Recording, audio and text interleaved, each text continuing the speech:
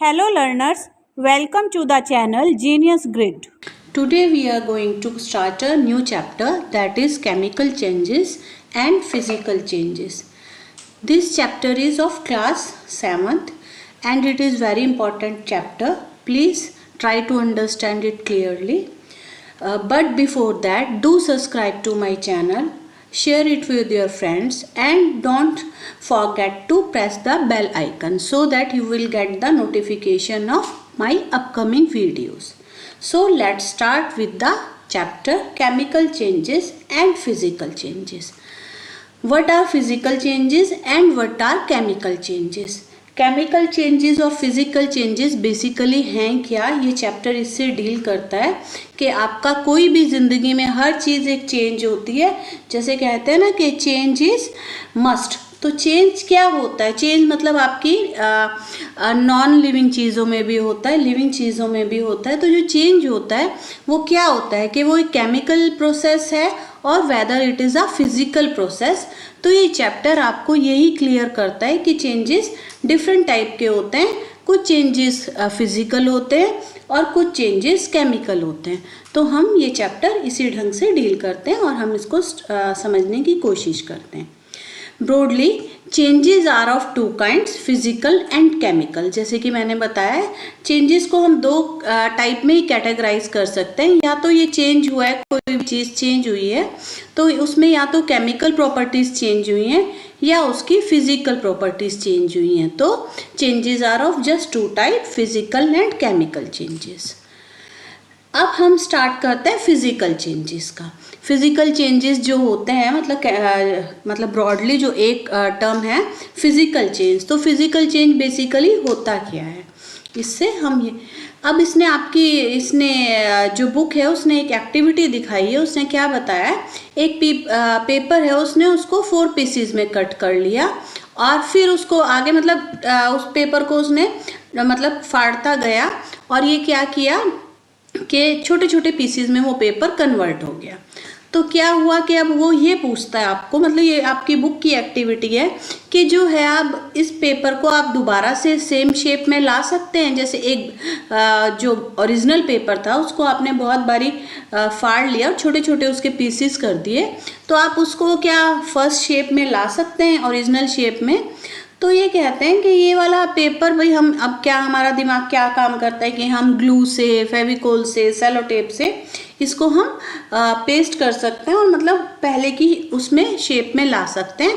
But हाँ, definitely जैसे ये पहला था बिल्कुल कि इसके अंदर कोई कट नहीं था, इसके अंदर कोई आपकी टेप नहीं लगी हुई थी, ग्लू नहीं लगी हुई थी, तो हम दोबारा से उस पेपर को ज्वाइन नहीं कर सकते और ये पहले की चीज़ में नहीं आ सकता.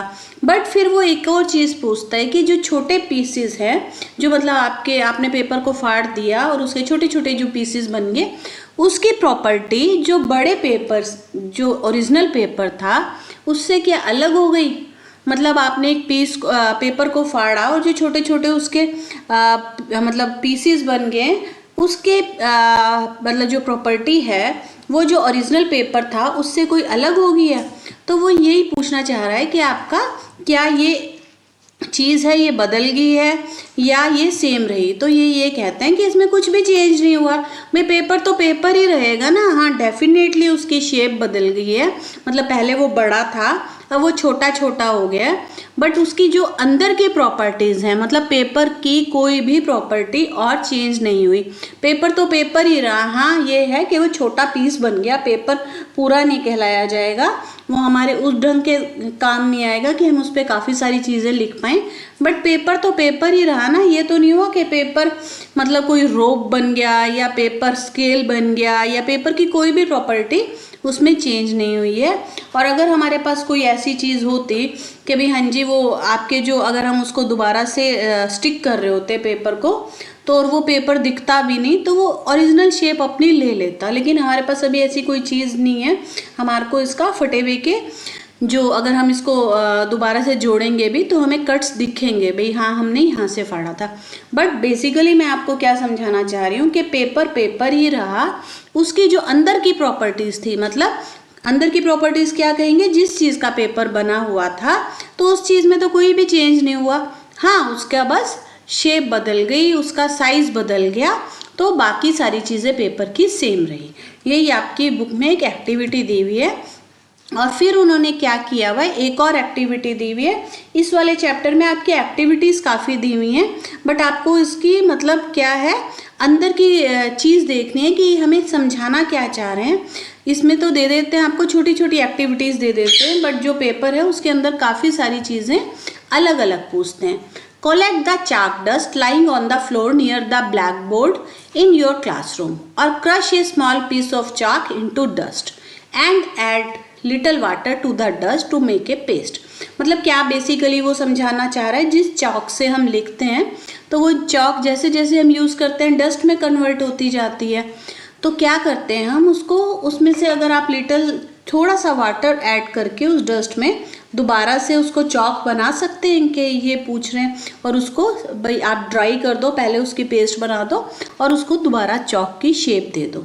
तो वो यही चीज़ दोबारा से समझाना चाह रहा है कि चौक जो हमारी ओरिजिनल एक लंबी चौक थी, मे बी उसका साइज़ बदल गया क्योंकि वो धीरे धीरे लिखने से छोटी होती गई, बट जो चौक की प्रॉपर्टीज़ थी, मतलब जिस चीज़ की चौक बनी हुई थी, उसको घिस जाने के बाद भी, चौक के ख़त्म हो जाने के बाद भी, वो चौक की जो इनबॉर्न प्रॉपर्टीज़ थी, जो उसको बना रही थी चीज़, वो चेंज नहीं हुई। चौक का क्या चेंज हुआ, ओनली साइज। चौक धीरे धीरे ख़त्म हो गई, बट आप अगर उसका डस्ट कलेक्ट करते हैं और उसको पेस्ट बना के दोबारा सॉलिडिफाई करते हैं, तो that can be a small chalk, मतलब वो दोबारा से एक स्मॉल चौक बन सकती है। तो बेसिकली क्या हुआ, चौक जो था वो ओरिजिनल चौक ही रहा, बट हाँ डेफिनेटली उसका साइज डिक्रीज हो गया या वो फिनिश हो गई, बट उसकी जो अंदर की प्रॉपर्टीज़ थी, जो जिसका चौक बना हुआ था, जो कॉन्स्टिट्यूएंट्स थे चौक के, वो सेम रहे।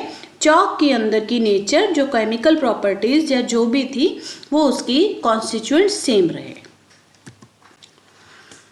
Take some ice in a glass or plastic tumbler, melt a small portion of ice by placing the tumbler in the sun।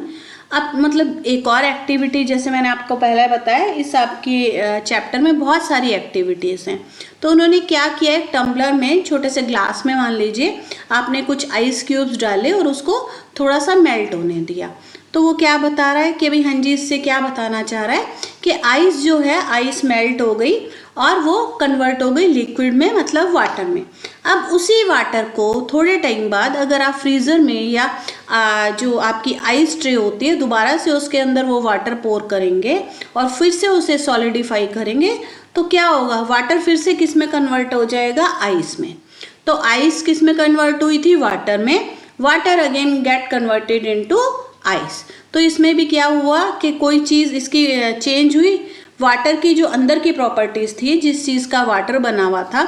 Water आपको पता है वाटर का केमिकल फार्मूला क्या होता है, H2O। तो वाटर किसका बना हुआ होता है, 2 molecules of hydrogen plus 1 atom of oxygen. तो ये वाली चीज़ वो बताना चाह रहा है कि जो भी चीज़ थी, वाटर जिसका भी बना हुआ था, वाटर की इंटरनल प्रॉपर्टीज़ चेंज ना होके वाटर की क्या है, जस्ट फिजिकल प्रॉपर्टीज चेंज हुई थी। कि पहले हम उसको क्या कह रहे थे, लिक्विड, बस फिर उसके बाद वो क्या बन गया, एक सॉलिड। और जब हम सॉलिड को दोबारा से, मतलब अगर मेल्ट किया तो फिर से लिक्विड, और लिक्विड को हमने फिर से फ्रीज किया तो वो दोबारा से सॉलिड। तो इसकी केवल स्टेट चेंज हुई है, बट इसकी केमिकल प्रॉपर्टीज़ चेंज नहीं हुई। तो ये जितनी भी 3 एक्टिविटीज़ थी, फर्स्ट था जो पेपर से रिलेटेड एक्टिविटी थी, देन चॉक की एक्टिविटी थी, अब है आइस की एक्टिविटी। तो ये सारी एक्टिविटीज़ हमें क्या शो कर रही हैं कि जो ये सारे के सारे चेंजेस हैं, ये क्या चेंजेस हैं, ये फिजिकल चेंजेस हैं।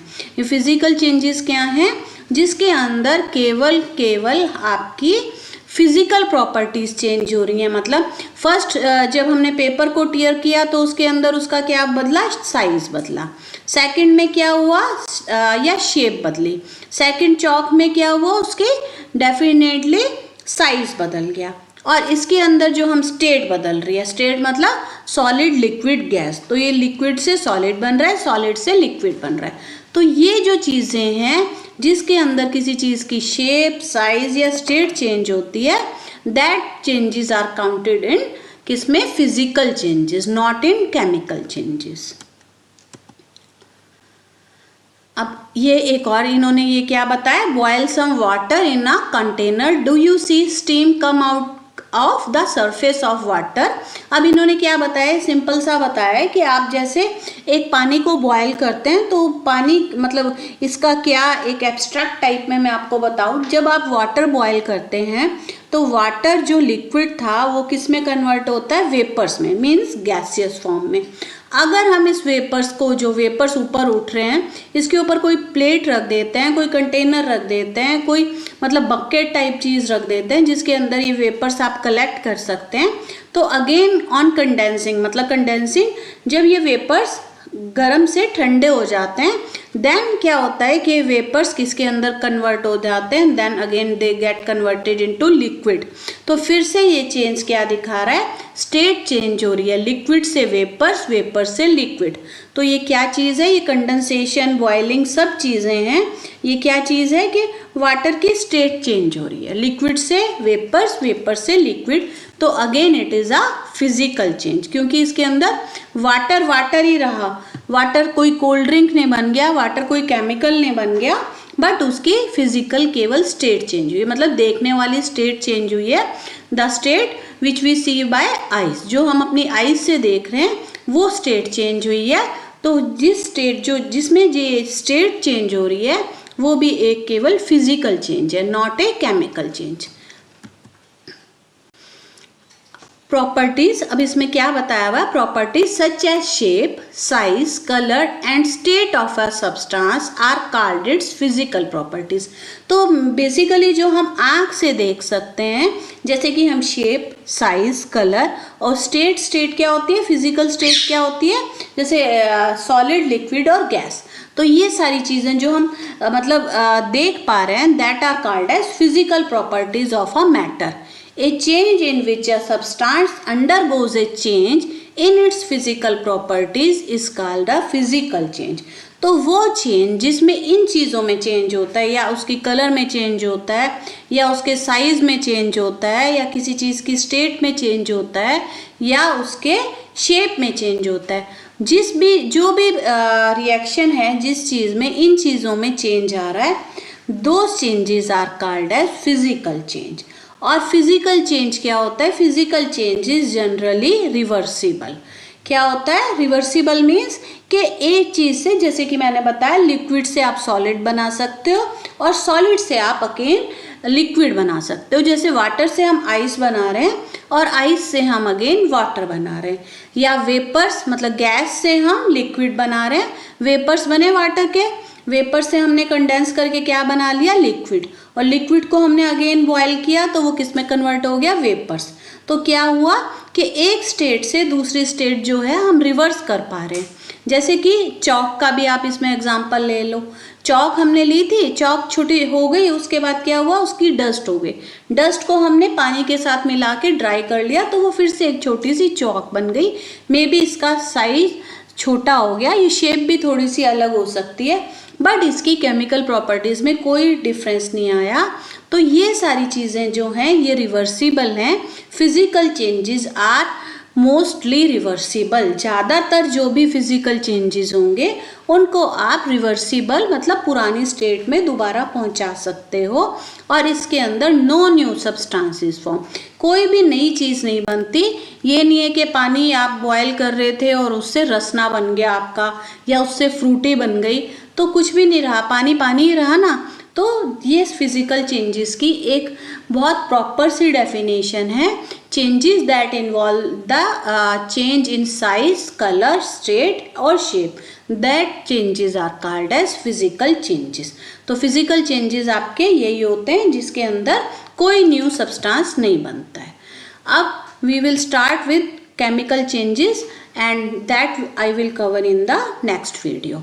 Till then please do subscribe to my channel, share it with your friends, और अपनी जो भी है आप इसको एक अच्छे से समझने की कोशिश कीजिएगा चैप्टर को, क्योंकि ये थोड़ा सा जो आपके बुक में दिया हुआ है ये थोड़ा सा मतलब आपका कहेंगे इजी वे में दिया हुआ है, बट जो एग्ज़ाम्स में पूछते हैं वो अलग अलग फिजिकल और केमिकल चेंजेस पूछते हैं। I will try to cover or make a worksheet on this. What are physical changes and what are chemical changes. मैं मतलब कोशिश करूँगी आपको बहुत अच्छे से और भी बता सकूँ और इसकी वर्कशीट भी करा सकूँ. तो तब तक आप एक बारी ये फिजिकल चेंजेस को बहुत अच्छे से डीप पढ़िए. And in next video I will cover what are chemical changes. Till then, goodbye. Take good care of yourself. Bye.